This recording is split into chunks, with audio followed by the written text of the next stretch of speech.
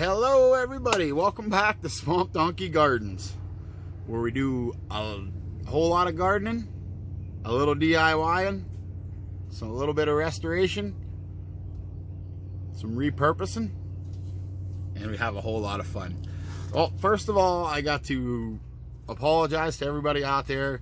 I posted the last video and said I had all this stuff lined up, and I tried to make 2 videos, and the second video didn't work, blah blah blah.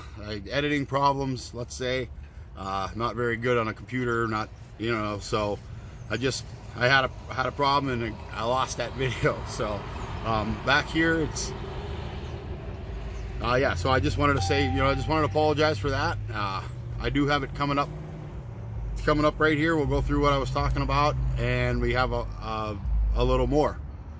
We're gonna get into peas today, so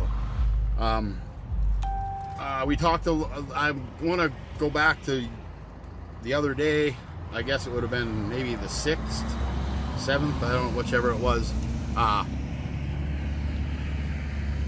Yeah, my garden rows are pretty good. We did get our soil analysis back, and as far as I can see, our soil's pretty good. I think they're both lacking a little bit of potash. That's potassium.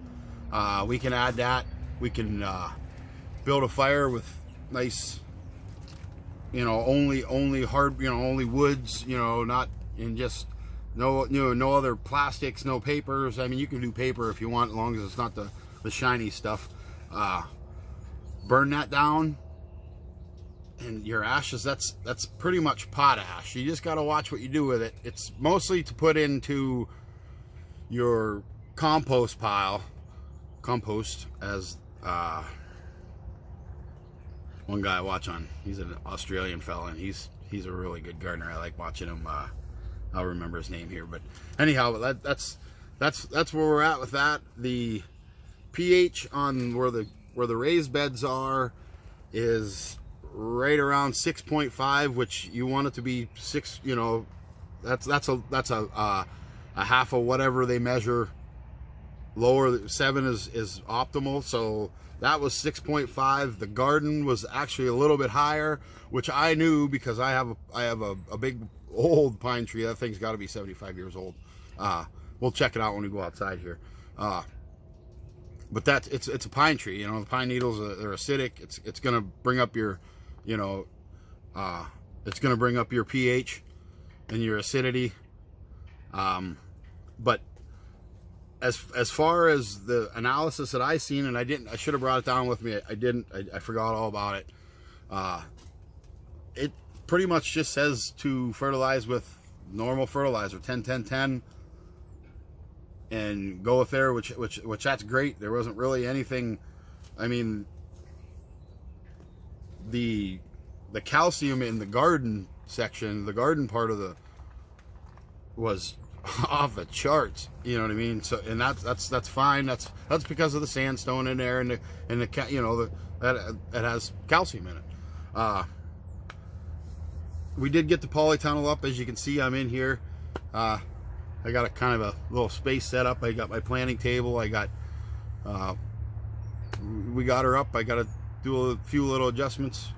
I got to Velcro the poles to the thing. As you can see it in the background there, it's blowing around a little bit. The wind last year knocked out a couple of the screen windows, but I'll just rescreen them or just plastic them.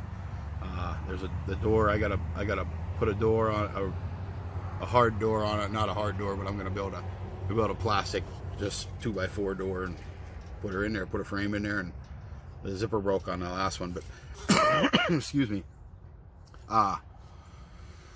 Yeah, hardening off plants. Now we have all your plants are starting to go. You know, they're this high. They're after their true leaves. They're getting their true leaves. The first leaves that come up are their seed leaves. That's actually the seed pod part of the plant.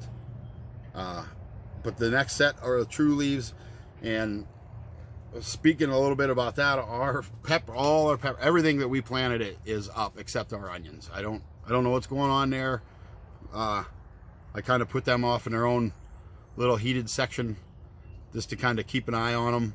But other than that, everything is rocking and rolling. It's like we have a probably about, I'd say 60 tomato plants that are gonna, in the next couple days, actually the next 2 days, they're gonna need repotted. We'll repot them in, I don't have any of the pots down here. They're smaller than this. I have a bunch of these. You know, I may put just two in these. I don't know yet. I haven't got that far yet. But I'm talking about hardening off. Like today, it's nice and cloudy out today.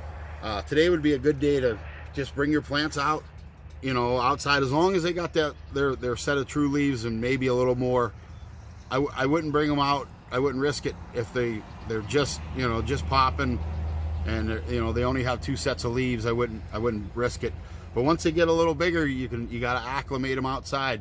And acclimate them outside is, it's a 2-week process. I mean, you want to go a little bit at a time. You don't want to put them out in the direct sun. You know, it'll burn them quick. And acclimating, it's a very, very crucial part of bringing your plants to get them ready to be outside. Now I got the polytunnel here, and once I get the door on, I'll bring everything out here, and I have a heater. I can control my temperature. It's you know, it's good. But you want to, like, let me put the example. It's kind of like you being grown up, but you're naked. You know, you're naked for your whole part of your life, but you're nice and warm, and you got a, you know, nice environment. You know, and some big giant comes along, grabs a hold of you, takes you outside. You're still nude. Puts you in the ground. You're gonna freeze. You know, you gotta let them gradually, or you're gonna bake. You know what I mean? Your skin's gonna burn. So you got to treat them like you would almost a you know, you would yourself. You know, you got to think of it as yourself. I guess that's just an example that I'm throwing out there. Is you know, you think of it as yourself. If you're nude, you don't want to go stand out in the damn garden. You know, and you know, you just got to think of it that way. But back to acclimating them outside. You know, like you'd say, I would go a day. You know, I would pick a day, maybe like a cloudy day like this. I'd bring them all out in the porch, which I do have them all out in the porch. Actually, today I have all the peppers and the tomatoes. But that is what it is. But then you bring them back in, put them back in there, nice, you know, nice warm spot, and maybe the next day you bring them out for an hour and a half. You know, depending on you know, you really want to gradually introduce them to the sun. You want to keep them in the shade for the first couple days, and you know, if the sun's out, you want to, you know, you don't want direct sun on them right off the bat. Like I said, you just got to make it a 2-week process. That's how I found that it works, and it hardens them up nice and swell, and they're ready to go in the ground. So just gradually introduce them. So, but that was pretty much all I wanted to go over for yesterday, or the other day. Oh, fertilize. Oh, my tip. Okay, my tip was, and I had a good video. I can't believe I messed it up. Well, what are you gonna do? It is what it is. But I went along on my rows here, as you can see the rows, you know, there's another row. I just put this in here. I think I'm gonna do potatoes in there, and I just put this one in there too. I filled that up, but I planted that full of beets. That's red beets. My onions are good, but back to this. I dug a hole every probably 2-3 feet along. Let's try to. That's that way. This way. There we go. This way. So I started here and I come down, probably about every 2 feet, maybe a foot, and I dug a hole probably wrist deep, maybe a little bit more, and I took fish and I buried them in there. Totally good fertilizer. It's if you would look at the, what is it called, the chemical chart, or you know, the scale of all the chemicals on there, a fish has 61 of those those chemicals in the chart. So that, you know what I mean, that's pretty good. It has nitrogen, phosphorus, it has everything. So you don't want to fish with a whole lot of bunk in it, you know, like mercury, or you don't want to go to, like, for my example, you know, I wouldn't want to go to Lake Erie and get a lake trout and cut it up, because they, you know, cut it up and throw it in there, because there's a lot of mercury in that. So what I do to avoid that, I just go out. I have a minnow trap. I'm a fisherman, you know, so I go out and I have a place down the road here where I can catch minnows. So I caught about, I don't know, maybe 150 minnows, and I put 3 or 4 in each hole, buried them. And I was just giving a tip to the guy that dropped off my soil. He was having trouble with his blueberry plants, and I said, you know what? And he said, I've tried everything. I said, you know what you can try? Do it. And this is what the old Indians would do. I mean, and they didn't do it for fun. That's, you know, let's get that straight. They didn't do it for fun.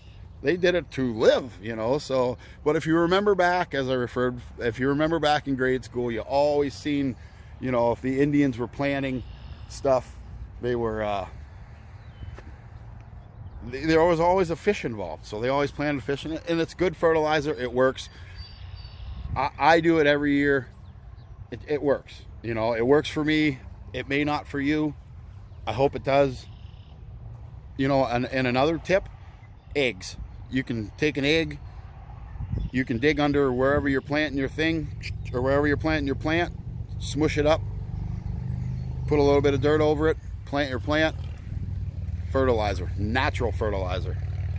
You know, and if you have chickens, you know, you don't always eat all the eggs. So that's just another tip. So, but let's get on to, but that was my big fertilizing tip, is eggs and fish. You can bury them, but if you have critters, dogs, cats, raccoons, any kind of critters, you might want to go a little deeper with them. And if you want to kind of just sprinkle a little bit of coffee grounds over them, you got to watch coffee grounds, because they got a lot of nitrogen in it. So you want to be sparingly with it, but that'll mask the cover a little bit, bury them. But if, you know, like I said, if you, that's only if you have any animals. I don't do that, because I don't want to mess with my nitrogen. It's good. So, but let's move on to the peas. Now, I already did this, and I said I was planting them in gutters, and that's what I got. I got a old rusty gutter. I had an old gutter. It was on the back of my garage. It was laying in the back of the garage for a long time. I cut it off to, I think, 6 feet. I mean, there's nothing to it, and I rigged it up with some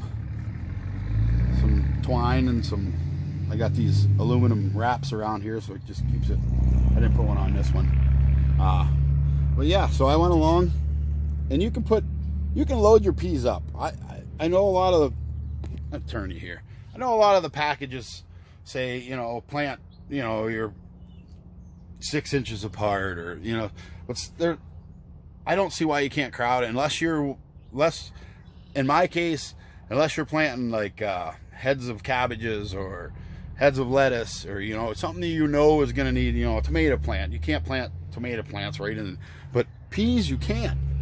Peas you can. Yeah, I got them 3, 3, 3, 3. I got them all on diagonal. They're just on a diagonal row of 3s. You know, a whole way down the.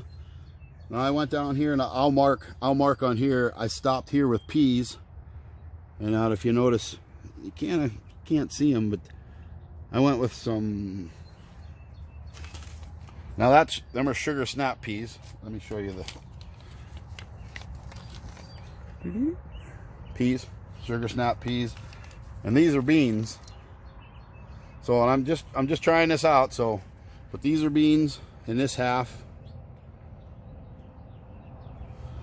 Go around, yep, and you can see I put plastic down in there, because it was, you know, old rusty. I did go over it with a wire brush and whatnots, but you can plant it right and everything. So I cut a piece of plastic off, put it in there, filled her halfway with dirt, and then I got same thing, purple beans down here. Where did I show them to you? Nope. Yeah, purple beans. So yeah, that's how many that's what I got in there. So, but my honey's home. I'm gonna have to pause you for a second. I need to unload groceries. All right, we're back. Sorry about that. I had to unload. We're having Easter dinner this weekend. Should be fun. So back to the peas. Like I said, you can plant peas. You can plant them piled together like that. And then I did this. Like I said, I cut out this cardboard bottom, and then when it's time to plant, I'll scoot that out of there. I'll set this down, and I'll pull this plastic right out, and they'll just come right out. I'll show when we get to it. I'll show you. It really works neat. So yeah, I'll set you over here for a second. Squirt you. Let's bring you up a little bit.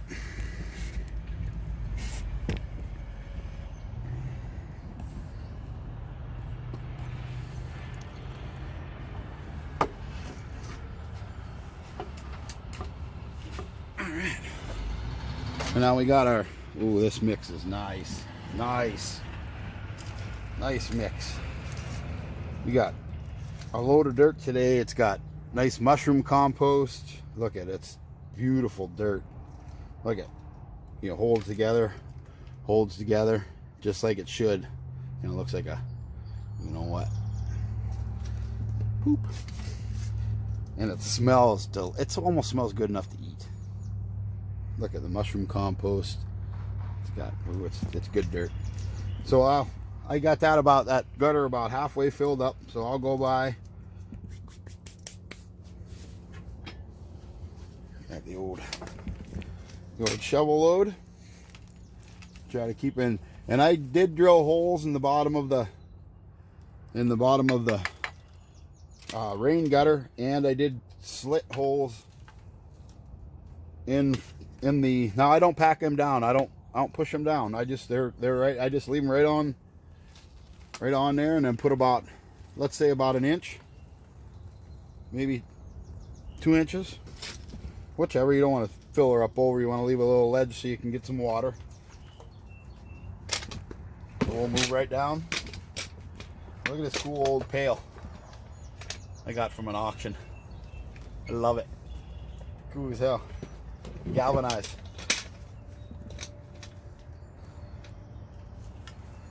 My wife uses it for hanging at the end of the driveway. She puts flowers in it. I like using it for dirt.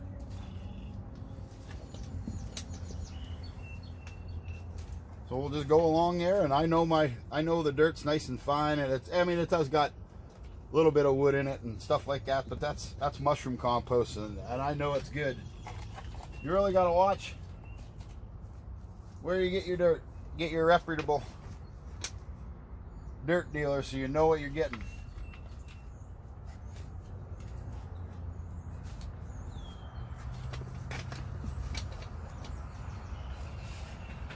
Give her a fill almost to the top. I leave about a ½ inch for water splashing so it just doesn't run right over.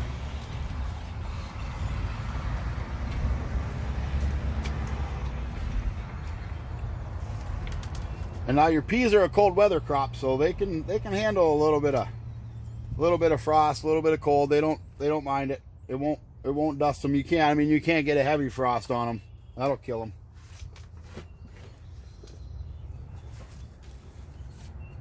So yeah, there we go with our peas. That's all done. We'll just dump it in here. For our beans, our purple beans. Just enough.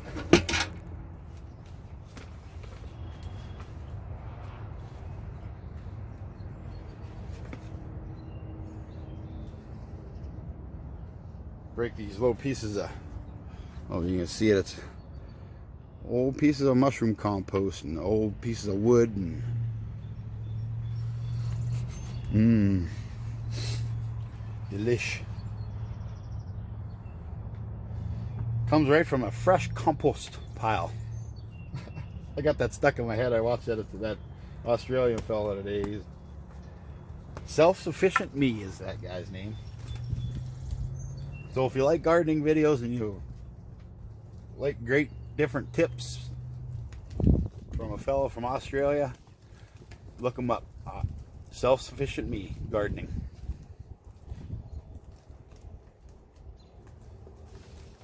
So there we go with that. We got that in there. I guess that was kind of in the way, wasn't it?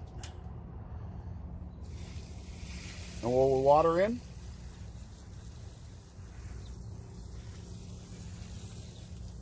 And I could probably put a little bit more dirt in this one. And we'll water these babies in. You want to water them in good. You don't want to drown them. Don't drown them. Like I said again, you can refer to. You just don't want to drown them. Let's leave it at that. And this will drain out of there just fine. That's nice.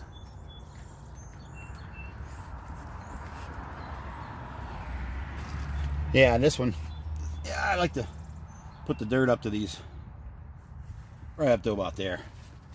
So I'll go out and get a, give me 1 second. You know what? Let's go out. We can check out the dirt. And there's all our potatoes. We got them nice and a little layer of mulch on there to keep the moisture in and keep some a little bit of warmth. And then there's my pile of soil and mushroom compost mixed.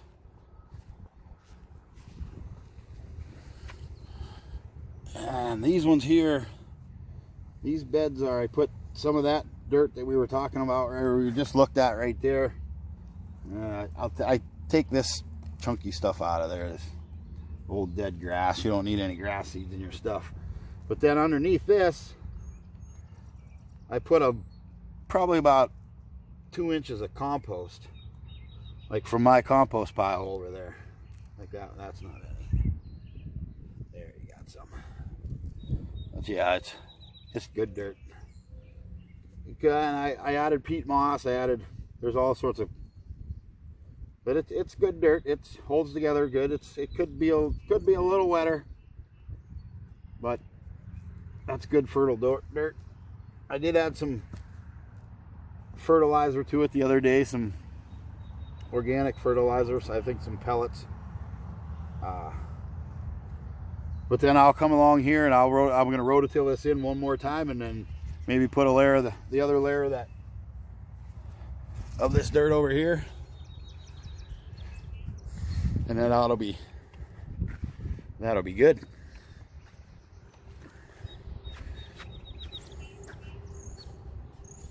So yeah, that's about what we got today, I think. Oh, we got to go up here and check out our. Now I'll mark those. I'll go up. I got to go upstairs and get some plastic stakes. I'll mark all those. Like I said, I think that one's gonna put my potatoes. You can see a little bit of potash there still. I'm gonna rototill that one more time so I know I got the depth. When you plant potatoes, I like to try to plant them pretty deep, 6 inches to 12 inches.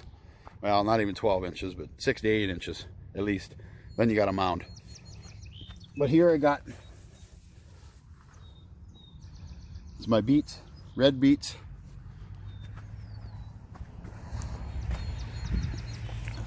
There. Red beets. That was a pretty big seller last year. I didn't have a whole lot of them, but that was a pretty big seller last year. But then I marked on the thing here with a outdoor pen or an outdoor marker, not a Sharpie. It's an outdoor one. It's a garden marker. They work pretty nice. They don't fade away.